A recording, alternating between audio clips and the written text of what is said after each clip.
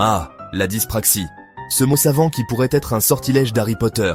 Et si c'était le cas, croyez-moi, ce serait un sortilège du genre désorganisation totale, déclenchant maladresse, oubli et quiproquo en série.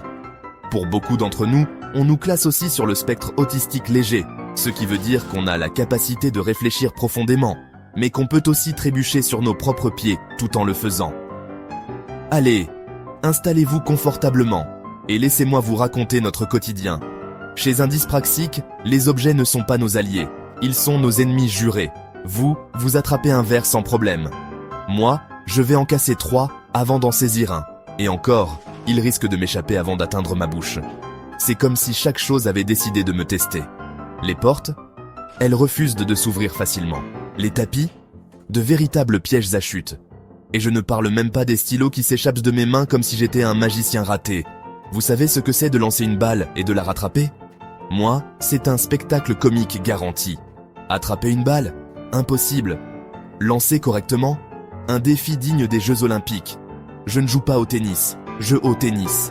Mes gestes sont aussi fluides qu'un robot mal programmé, mais au moins, ça fait rire la galerie. Être sur le spectre autistique léger signifie qu'on a une imagination débordante et des idées parfois brillantes, mais qu'on n'est pas toujours synchro avec le manuel des interactions humaines. Par exemple, je peux vous fixer intensément parce que je réfléchis, et vous pensez que je veux vous défier en duel.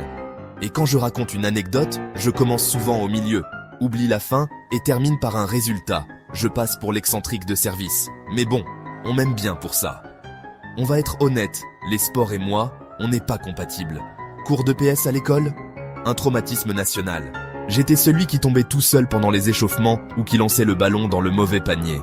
Mais au moins, je faisais rire tout le monde, même si ce n'était pas vraiment intentionnel. Maintenant, j'ai une stratégie. Éviter tout sport collectif. Parce que franchement, si vous voulez qu'un match de foot se transforme en scène de théâtre absurde, mettez-moi sur le terrain. Faire un lit, couper une tomate, ou même enfiler une veste. Des actions simples pour beaucoup, des défis monumentaux pour moi. Une fois, j'ai essayé de me mettre du parfum, à l'envers. Résultat, du parfum dans les yeux, 45 minutes de rinçage au sérum physiologique, et une leçon apprise, toujours vérifier la direction du spray. Et je ne parlerai pas des meubles montés soi-même. Disons juste que les vices et moi, on a une relation compliquée. On est souvent vus comme les doux rêveurs, les maladroits charmants, ou pire, les feignants. Mais ce que les gens ne réalisent pas, c'est que chaque action que vous faites sans y penser, nous, on y met toute notre énergie.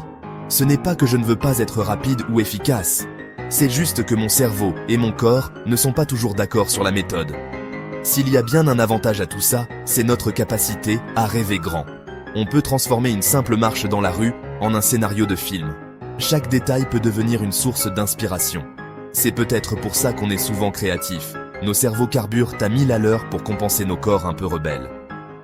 Être dyspraxique, c'est vivre dans un monde où tout est un peu plus compliqué, mais aussi beaucoup plus drôle.